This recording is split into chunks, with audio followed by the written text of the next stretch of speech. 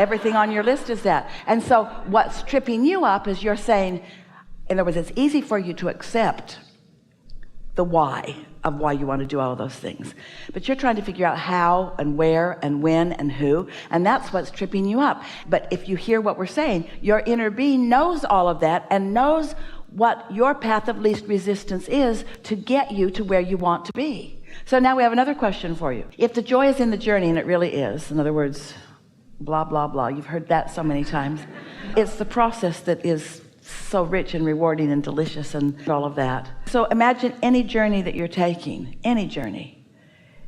Is your goal, once you've decided to take a really pleasurable journey, is your goal to take the shortest route? What's the route? The most pleasurable route.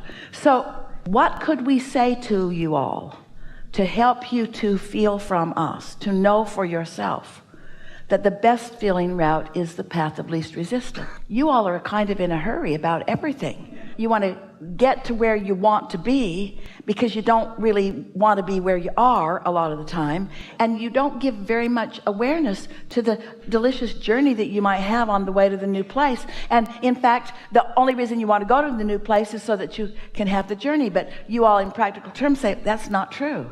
That just is not true. That is not true. I-95 is not pleasing to me.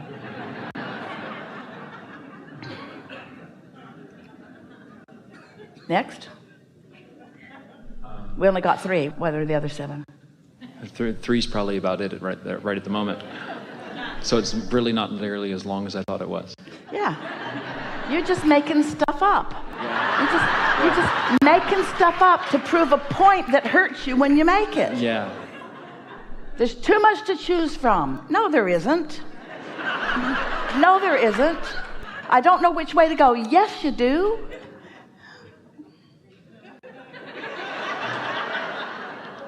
I think the reason I'm feeling some of this now at this moment in time is that while I have been fortunate enough to have the same job, same acting job for the last 3 years, yeah. I know coming up in the next 3 months that I am leaving that job. So I am trying to approach it in the sense of, all right, let's enjoy the journey. So let's talk about this flawed premise. It feels to you all in your physical form, you're moving from this job to this job to this job to this job, when what's really happening is this job created a whole bunch of stuff and this one created a whole bunch of stuff, and all of that stuff's available to you, and that's what you're moving toward, unless you think you're moving from this job to this job to this job to this job. So what do you think in the current acting job, what are the best parts of it?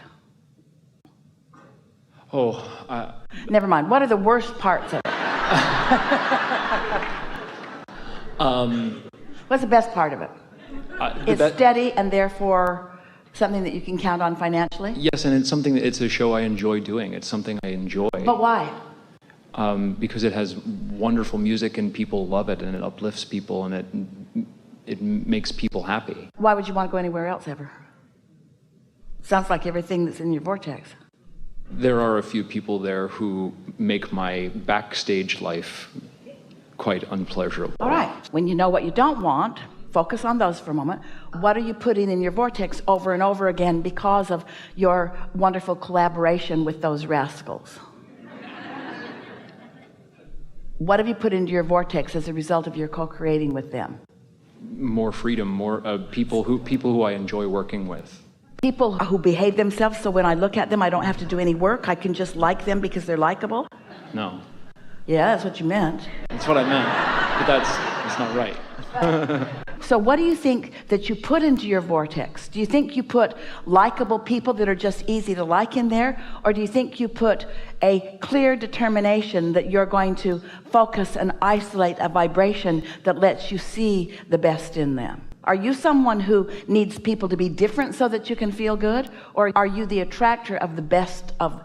You see, we know you're going to attract a whole different set of people. That's the path of least resistance. It's so much easier when you're with someone who isn't nice or who isn't whatever you want them to be. And so you launch these rockets of desire. It's a much faster path. And sometimes even the most satisfying path just for new people that are already like that to come to you, rather than teach them how to be different.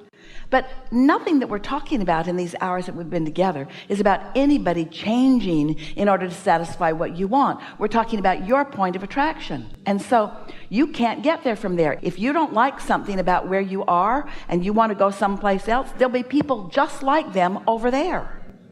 It's just the way the law of attraction works. So what do you feel like you've put into your vortex as a result of working with them? Give us a little more of the nitty-gritty of what it's like to be with them on a daily basis.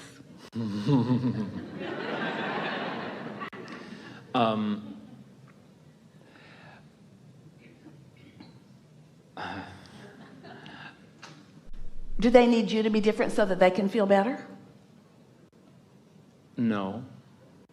Well, they're a little ahead of you then. Yeah. To be completely honest, I think what it reflects, what I'm not enjoying is that it's reflecting back to me the fact that I'm needing them to change in order for me to feel better, as opposed to. So maybe on this journey, you might enjoy the self-discovery of getting out ahead of it instead of just repeating day after day the same thing, getting out ahead of it and then discovering something that you didn't expect to discover and feeling the surprise and the delight of that. That's what your inner being knows is your path of least resistance. Your inner being knows for sure that you did not come to live and teach conditional love. Your inner being knows for sure that you didn't come to say, spend your time and get it all figured out and then find this little herd of people and run around with them. If you find the right herd, then it'll be fun when you run around together. What your inner being knows that you came for is to find your connection, to know what you want, know what you don't want, and then find your connection with who you are, and then watch it become right before your eyes. How lovely is it to co-create with someone, and at the same time that they're discovering who they are, you're discovering who you are? Isn't that co-creating at its best? You really do want conditions to change, and we get that. We understand why you would want that. And there's a little thing that we like to say to you that could feel like a paradox to you when we say, if you care about how you feel and you isolate what feeling good is, and you do that a lot of the time, then things will change. And as they change, you'll like the change, and your appreciation of the change will perpetuate it more. So there is this perpetuation thing that happens. But you can't need it to change before you feel good. You have to feel good, and then it will change. And it feels like a subtle distinction. And it can be a quick trap for you too. Oh, I did my segment intending and I did my meditating and that guy got way nicer. Well, don't expect him to stay nicer. You got to keep doing your work. You can't go back to your old ways of just taking what comes. You've got to stay in the driver's seat. You've got to be the one that leads your, wait, you already led it. You already asked. You already told your inner being what you want. And it's complicated. It's way more complicated than Cheesecake Factory menu. Oh. The moving parts and all of the aspects and the depths of who you are and all the nuances of your understanding of who you are, of your personal life and the lives of those you know, and the people that you love up close and the people that are sort of not so up close, and the people that are out in the world that sometimes you know of them and don't like them, and sometimes you know of them and revere them. And then there's everything else that's in the universe, like everyone who's ever lived who is now non-physically focused and focused here with all of you. The energies are dynamic and exhilarating, and the potential is intoxicating, you see.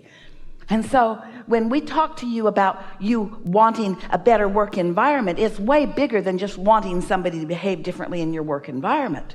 It's about you being part of a world that doesn't need to change, and you discovering your vibrational alignment with who you are, and then feeling your real power and discovering what the real power of influence is, and then watching everything just modify itself around you, not because you needed it to change, but because as a creator, it must change.